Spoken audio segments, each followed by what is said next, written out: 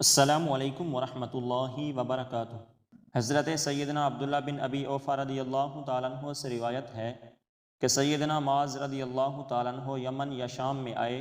اور عیسائیوں کو دیکھا کہ وہ اپنے لیڈروں اور پادریوں کو سجدہ کرتے ہیں۔ انہوں نے اپنے دل میں سوچا کہ حضور نبی اکرم صلی اللہ علیہ وسلم کہ آپ اس تعظیم کے زیادہ مستحق ہیں۔ پھر جب وہ واپس آئے اور انہوں نے کہا، اے اللہ کے رسول، میں نے عیسائیوں کو دیکھا ہے کہ وہ اپنے پادریوں اور لیڈروں کو سجدہ کرتے ہیں، اور مجھے اپنے دل میں خیال آیا کہ آپ اس تعظیم کے زیادہ مستحق ہیں۔ آپ صلی اللہ علیہ وسلم نے فرمایا، اگر میں نے کسی کو اللہ تعالیٰ کے علاوہ کسی کے لیے سجدہ کرنے کا حکم دینا ہوتا تو میں عورت کو حکم دیتا کہ وہ اپنے خاوند کو سجدہ کرے۔ بیوی اس وقت تک اللہ تعالیٰ کے حقوق ادا نہیں کر سکتی جب تک کہ وہ اپنے خاوند کے کما حقہ حقوق ادا نہ کرے۔ اگر خاوند عورت کو وظیفہ زوجیت کے لیے طلب کرے اور وہ کسی سوار کے پالان کے اوپر بیٹھی ہو تو اس عورت کو خاوند کا مطالبہ پورا کرنا پڑے گا۔ حضرت سیدنا عبد الرحمن بن عوف رضی اللہ تعالیٰ عنہ سے روایت ہے، فرماتے ہیں کہ حضور نبی اکرم صلی اللہ علیہ وسلم نے فرمایا، جب عورت 5 نمازیں پڑھتی ہو، ماہ رمضان کے روزے رکھتی ہو، اپنی شرمگاہ کی حفاظت کرتی ہو اور اپنے خاوند کی اطاعت کرتی ہو تو اس سے کہا جائے گا کہ جنت میں جس دروازے سے چاہتی ہے داخل ہو جا۔ حضرت سیدنا معاذ بن جبل رضی اللہ تعالیٰ عنہ سے روایت ہے،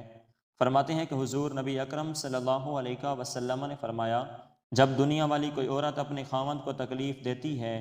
تو جنت کی سفید سرخ رنگ والی موٹی موٹی آنکھوں والی عورتوں میں سے اس کی بیوی اس کو مخاطب ہو کر کہتی ہے، اللہ تعالیٰ تجھے ہلاک کرے، یہ تو تیرے پاس چند دن کا مہمان ہے، قریب ہے کہ یہ تجھ سے جدا ہو کر ہمارے پاس آ جائے۔ حضرت سیدنا عائشہ صدیقہ رضی اللہ تعالیٰ عنہ سے روایت ہے، فرماتی ہیں کہ حضور نبی اکرم صلی اللہ علیہ وسلم نے ارشاد فرمایا، جس عورت نے اپنے خاوند کے گھر کے علاوہ اپنا لباس اتارا، اس نے اپنے اور اپنے رب کے درمیان والا پردہ چاک کر دیا۔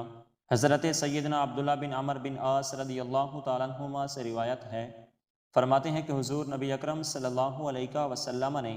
فتح مکہ کے دن فرمایا، کسی عورت کے لیے اپنے خاوند کی اجازت کے بغیر عطیہ دینا حلال نہیں ہے۔ حضرت سیدنا عبداللہ بن عمر بن عاص رضی اللہ تعالیٰ عنہما سے روایت ہے، فرماتے ہیں کہ حضور صلی اللہ علیہ وسلم نے فرمایا،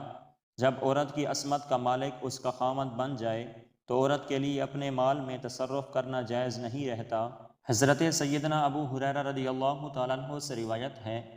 فرماتے ہیں کہ حضور نبی اکرم صلی اللہ علیہ وسلم نے ارشاد فرمایا، عورت پسلی کی مانند ہے، اگر تم اس کو سیدھا کرنے کی آرزو کرو گے تو اس کو توڑ دو گے، اور اگر تم اس کو چھوڑ دو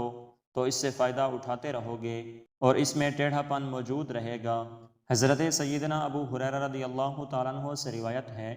کہ حضور نبی اکرم صلی اللہ علیہ وسلم نے فرمایا، میں 2 کمزوروں یعنی عورت اور یتیم کے حق کو ممنوع اور حرام قرار دیتا ہوں۔